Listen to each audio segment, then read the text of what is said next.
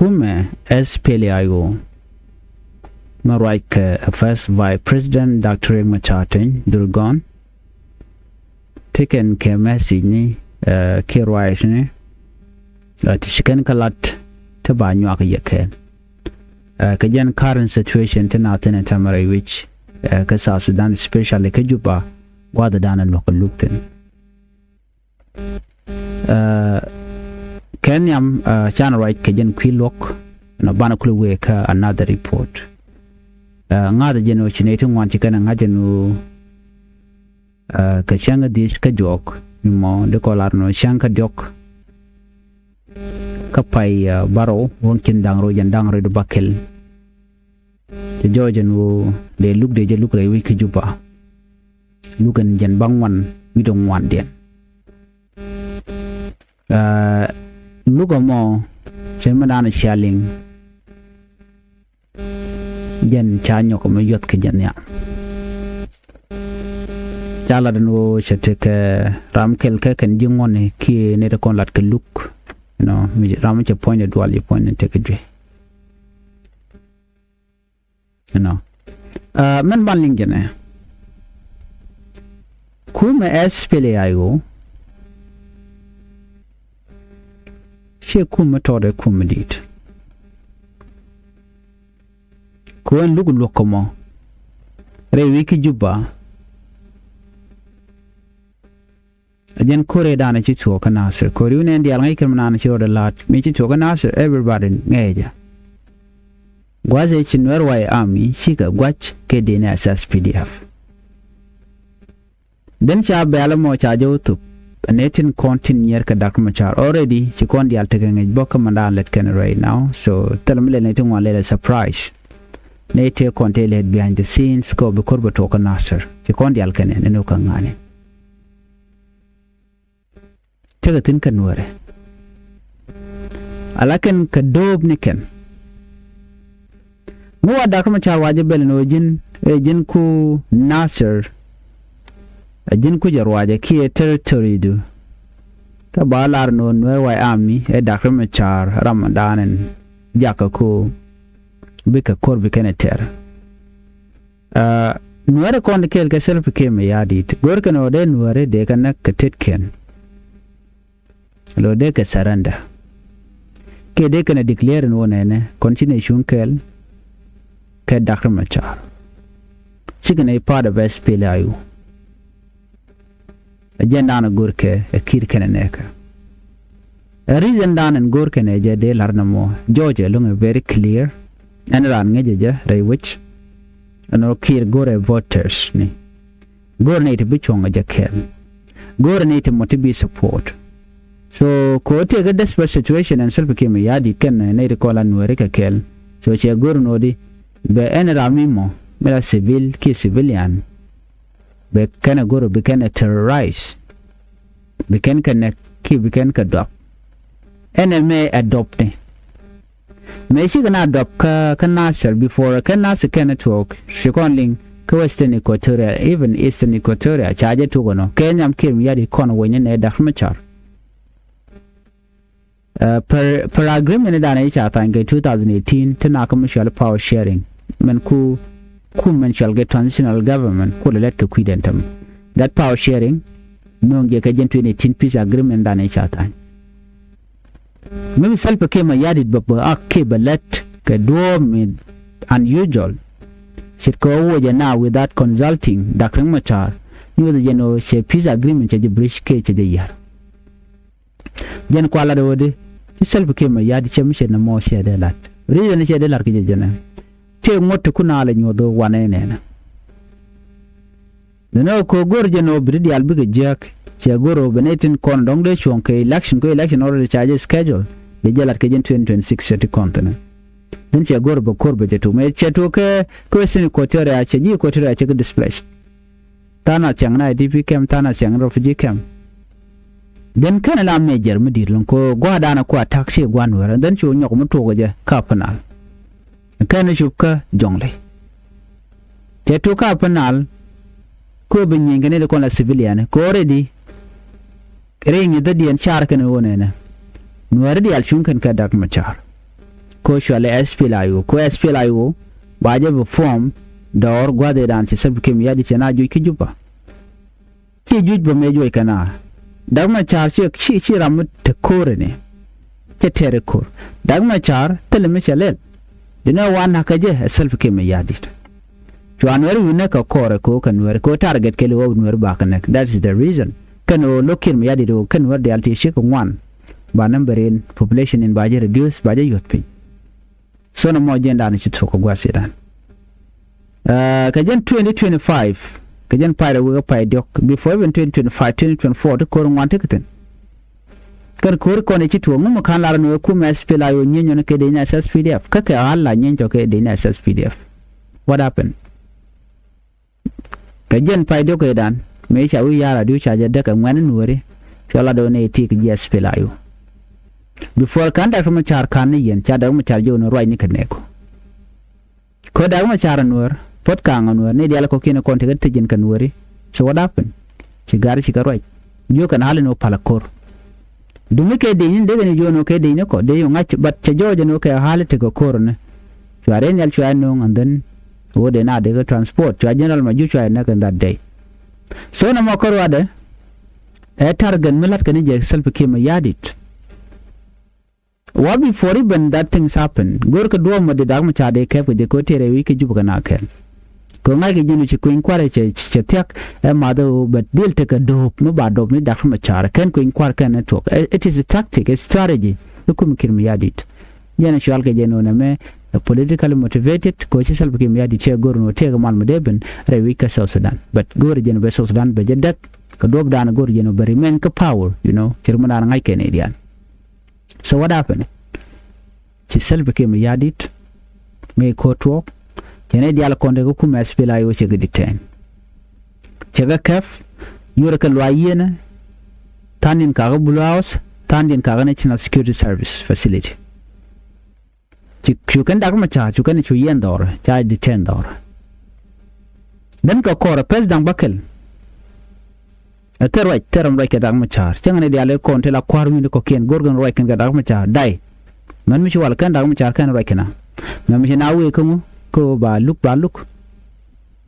right now to kon ka chang jen bangon lu ngwan dien lu ko mo 94 court session chu ku dag ma cha you know shikar responsibility ga medan ce to kala no shikane na kuna da koyurudin ke kirmi hadit joga kire no na mo ngude lat keje dagma char che were wiki juba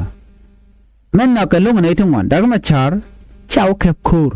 abakul nan ka juba a cha kep kur ke kwer SPLIO cha je kef cha kep kwale nang ne ja no dagma char kana kep kur dagma char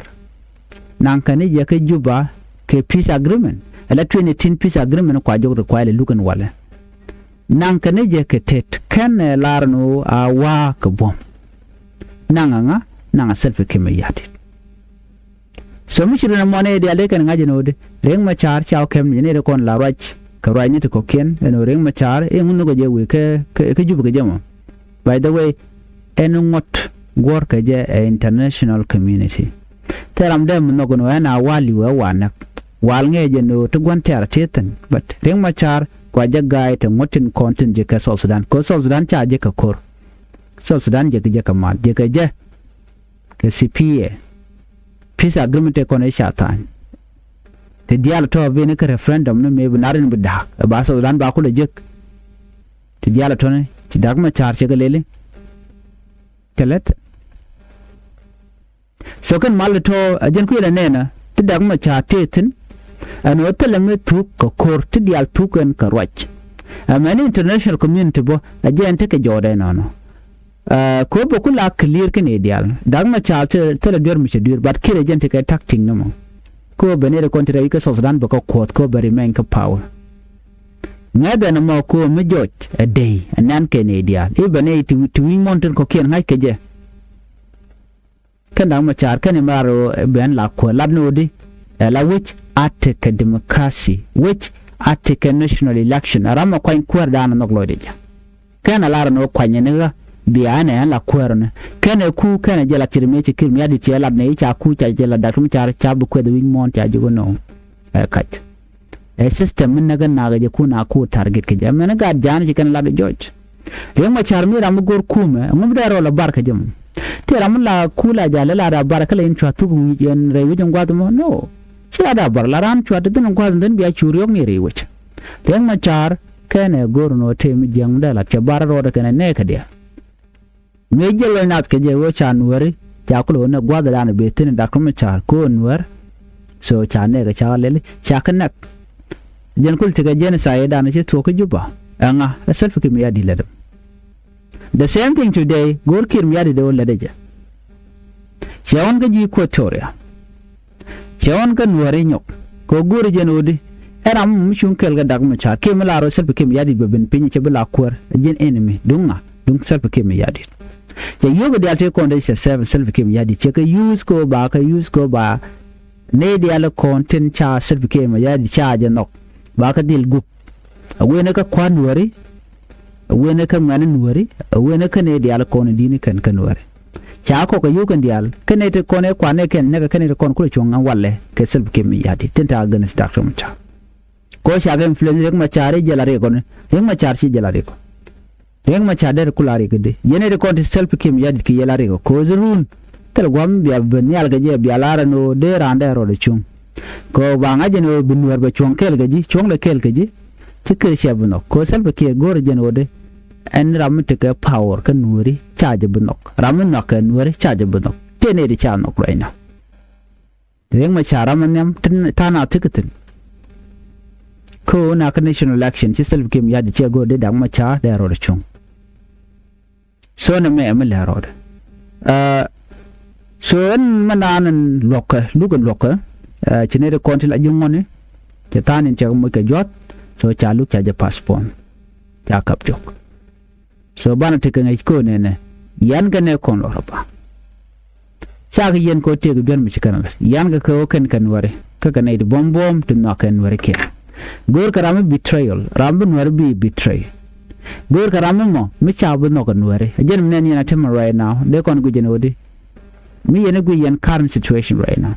ngai sel pake mi yadi de no Nuer kon te kel gije cha kan no kan Nuer ken jen ko no lon ko run taram bro de chung chang ran chung ro de chebe pat to jen gor ke sel pake mi yadi wal chine te shi Nuer kan ga dakreo right now ci nyuri ci ko tok ne kan wara kam den karudin murai kon ko queen wari tama ce te kanai te mon lo ka ring ma char ko ring ma char be to duel da den dara dole je karo ada be kan a be ka kanai da kon ya gup ten ja ko yo self ke mi yati ka gor ko bunwer baro den kula divide ba gu yino te gnwer te ka ko bo te gnwer te ga na se te gnwer te ga mai te gnwer te ga bentiu go di ala to wena ga fan ga wate nwer te ten kan wer to wate kan ngun te kan ga dak chaka dak these are the people ten jar kan wan no yenu yenten Nuer de ti de ke this ideology no ba Nuer ba ka da kare ke ka dio ke ka ngwan abetene te ka kin yadi de ne te ka dag ma cha akan the dangerous people te chiran che kwarche de je but youth yoka ko ba ne de al minded ba divert e chonga ke ngumu kuma spela yo a chen wan Nuer ten bo te ga jan te ten ko dag ma char shed gor jakarwar cha gor jeno Nuer ba chikan gor kwer larno na park run rambe bena ba kwer be je aidere jorbo we ka tokmogwa a chen ajrani ko teore aka chapat ka chen ku ne kene chen chiga majority ba ka minority ka chikan chan no garam more wiki junub den dere kwer nyam dere je kwer cha tub lo bang na kwer tub je kamu ka popularity no go no ka ji anete to ko mi jiram la sevilla ka deliver baji leli baji kamdo reng ma cham na gene dia mene we karwa ne ka speech ne ka ti kon la lade ko jin baji lot kumu ka ti kon lade ne dia la ko ken kon la ro all of them their message is destruction ta ka dem compare ke dakma char mi la lan which a kwaje developed which a lat ke je waja take shang mala anawe ko binati ka fer binar no kamniken binaro dien balika kamniken bete reconciliation kelma shamla da kene dial kon la roj mena we nyok speech niken dial they are Troyer Benedict Quayerna she Gorgano Tim Malmadeb. The only party members of the Sudan serve a main political party, a party Maraika a Dr. Machar. Ko Joganada no Quanya Quarun Nokiana. Could you acquaint a paramedian, you quite a paramedian change and Tardanathan, as long as Chadwop Chajalep. Which I drop Chajalep, but you tell chance a dictator, which it Kessel became a yard Kennedy Quara. Could I now not me getting cornlet kenke, and my young but they are tired of all of this. Of course, take a young to look at Dr. Machar, Katadana shouting in the entire Yerkajem. Chijala important no more. Mala important woman, Jinti Karandu Mibu Yurika. Yes, a Jandana Gurka, but Name Chacha Gorge self became a yard. So could you Dr. Machar, Kaluka Jet Bangan Wandian, China Mukwaja passport,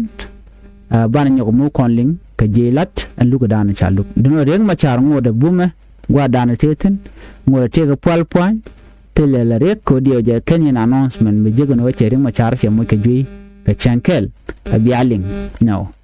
Near con I would well as self came a yardit can terray locked on.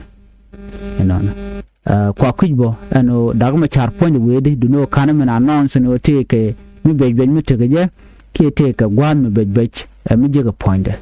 Codella Giandella wear arbor, the medical yellow gore, Ray Dual Wallam enemy, but can Mijera weakest of Danica would 2018. Up to now. Self became Yad Jella Jen Baware. Guaya to the other tea or this of Dandara Gua, the Ramadan year which they jogonom Ladimomijak, but no Jaka another report.